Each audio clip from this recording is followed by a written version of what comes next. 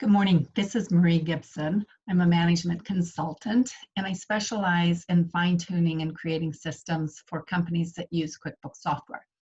I'm going to briefly discuss issues that people have, companies have, business owners have with the inventory feature in QuickBooks, QuickBooks Pro, Premier, Enterprise. And the challenge is that there's no prevention mechanism to selling negative inventory. So you wonder how you can sell negative inventory. Well, you may have it in stock, you may have it in the warehouse, you may have it just coming in the front door, but you haven't entered it into QuickBooks. And so I'm going to take an example real quick. It's this pump right here. And you can see right now that I have a -3 count. The cost is $56 and my retail price is $75.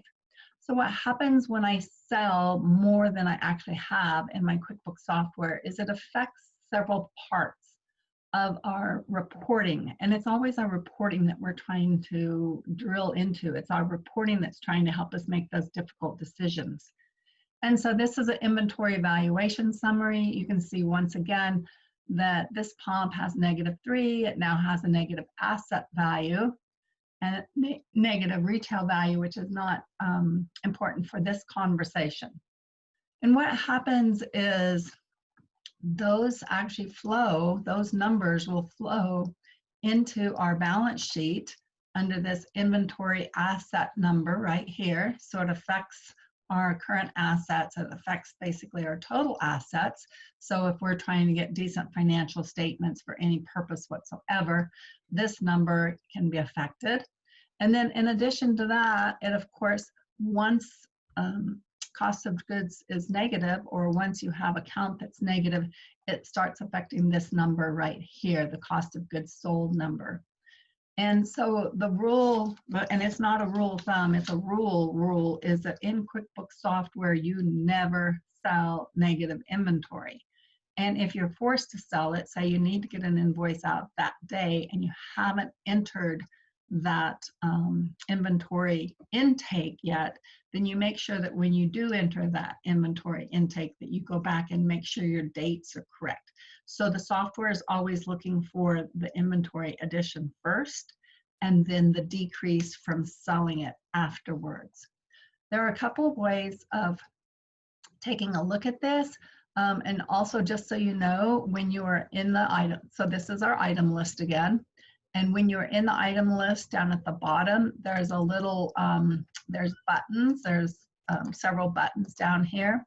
But the quick report, and the quick report will actually show us what our count is and how it flowed through the dates. And again, I'm using a sample software. This is Larry's Landscaping, which is a sample company. So there's no confidentiality breach right here.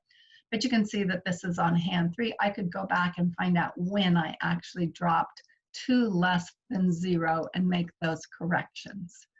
Again, it wreaks havoc to sell negative count in your software.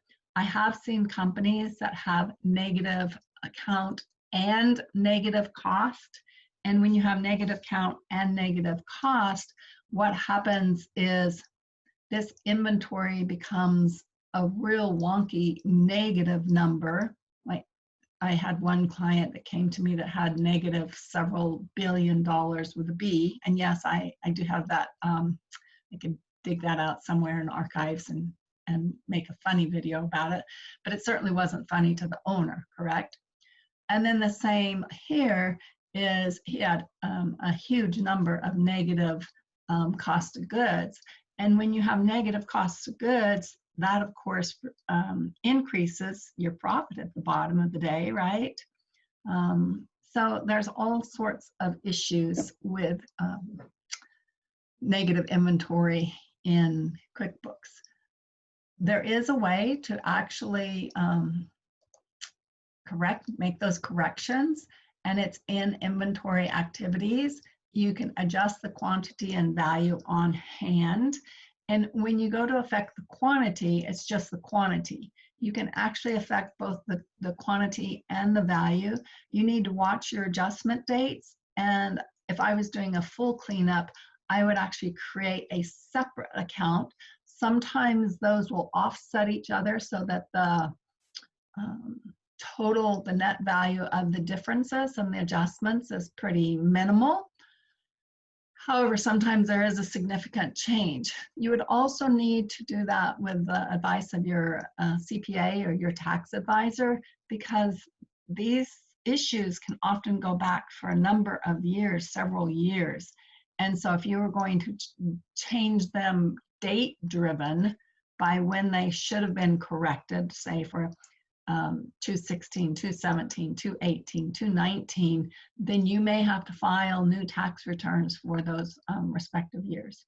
So it's not an easy job in cleaning up. Sometimes it is, sometimes it's not. It just can, it starts snowballing. So if you catch it early on, it's a relatively easy cleanup and fine tuning. If it's gone for several years, then at some point in time, there's more strategic issues that need to be decided before you make those cleanups. So thank you very much. Again, this is Marie Gibson with Gibson and Associates. Look forward to knowing how I can help you.